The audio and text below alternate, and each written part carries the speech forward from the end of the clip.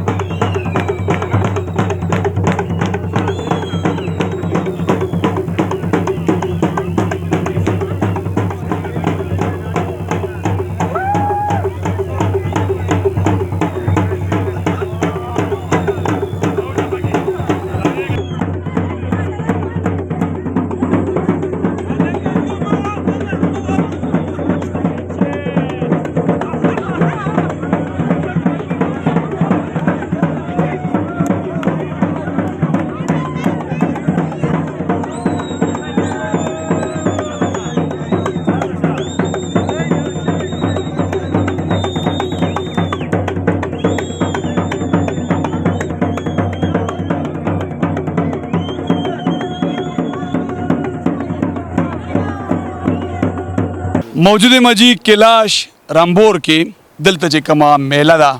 هغې ته راغلي یو جوش میله جوشي میلې ته راغلي یو د دې روډ نه بعد دغه فیسټیول د دې ځای د تاریخ په باره کې تپوس کو چې دلته ودونه څنګه کېږي السلام علیکم ورور وعلیکم سلام څنګه ورور ښه شکر الحمدلله دلته چې ورور دا کوم موږ اورو ودونه داسې سیسټم یې دلته د دې کلاش خلکو چې کوم مذهب د دې کې د واده څه دستور دی دلته خو د واده دا دستور وي چې دوی کوم خپل کمیونټي والی مطلب په یو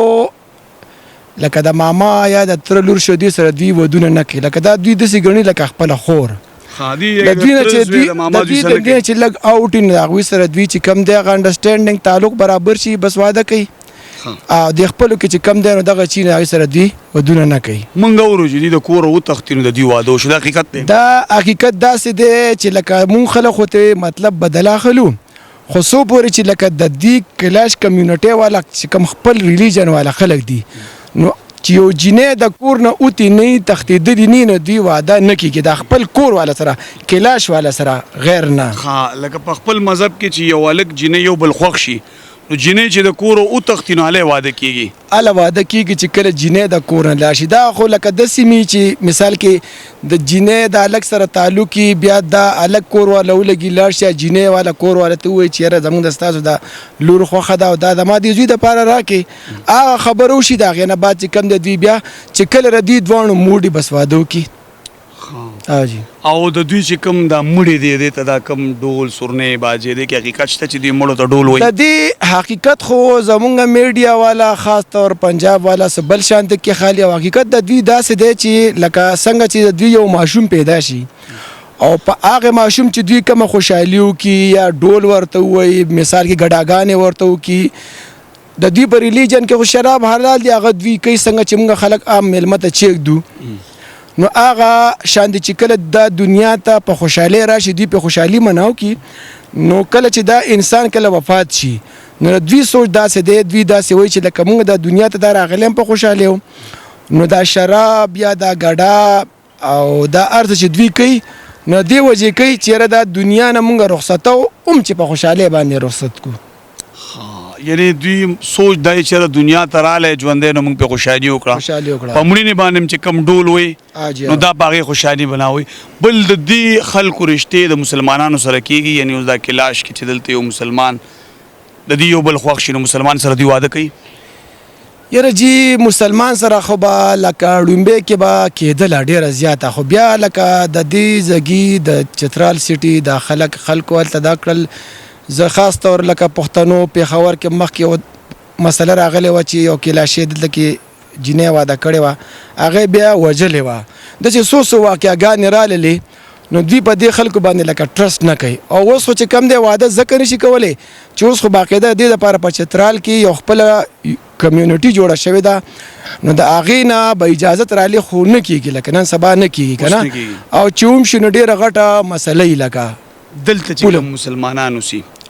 د دلته چې کوم مسلمانان اوسېږي نو بېشک هغه چې د یو بل سره تعلق وي، مثال کې کلاشې جینۍ مسلمان سره تعلق وي نو بس هغه کنورټ شي. د دوی په ودونو څومره خرچه راځي؟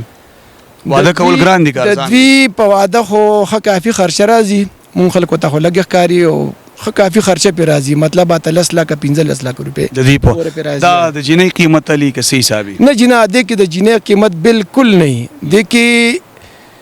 د جینۍ چې کم جینۍ لپاره سامان کوي د دې جینۍ پلار او د هغې فرنیچر شو چې څه ضرورت وي نو هغه ول هغه پلار کوي. باقي چې د دوی طرفه کومه خرچه وشي کومه کېږي نو هغه د هغوی د میلمنو دپاره مثال کې د جینۍ مور او پلار ماماګان د هغوی چې څومره رشته داري دیس الګ کره به راځي. نو دوی دپاره چې دوی کمې مطلب دارې دا چیلې شو یا سو خوراک څښاک څومره په هغې خرچه راځي هغه بل چې بیا د هغه طرفه څوک راشي نو د دوی په ریلیجن کې داسې چې هغوی له لکه د خپل د جینۍ چې کم رشته دار هغوی له پیسې ورکوي نو دوی باندې چې کم دی ښه کافي خرچه راځي. لکه دا کلاش مذهب خلک دلته ډېر دي که مسلمانان کلاش کې بس دلته کې چې کم دا درې درې دي، یو رمبور دی، بیریر دی او بامبورت دی. نو د رمبور بامبورت کې خو کلاشیان سیوا دي او په بیریر کې تقریبا 50-50 چې کم دي مسلمانان دي 50 چې کم دي کلاشیان دي. قدرمنو دا د چترال کلاش چې کوم روایات دي د دې رور سره مختصر مرکه موږ وکړه، دغه ځای معلومات هم ترلاسه کړو. د دې سره خپله خپرونه راغونډوم. ما شهید خان شهید اجازت راکړئ. د الله په امان.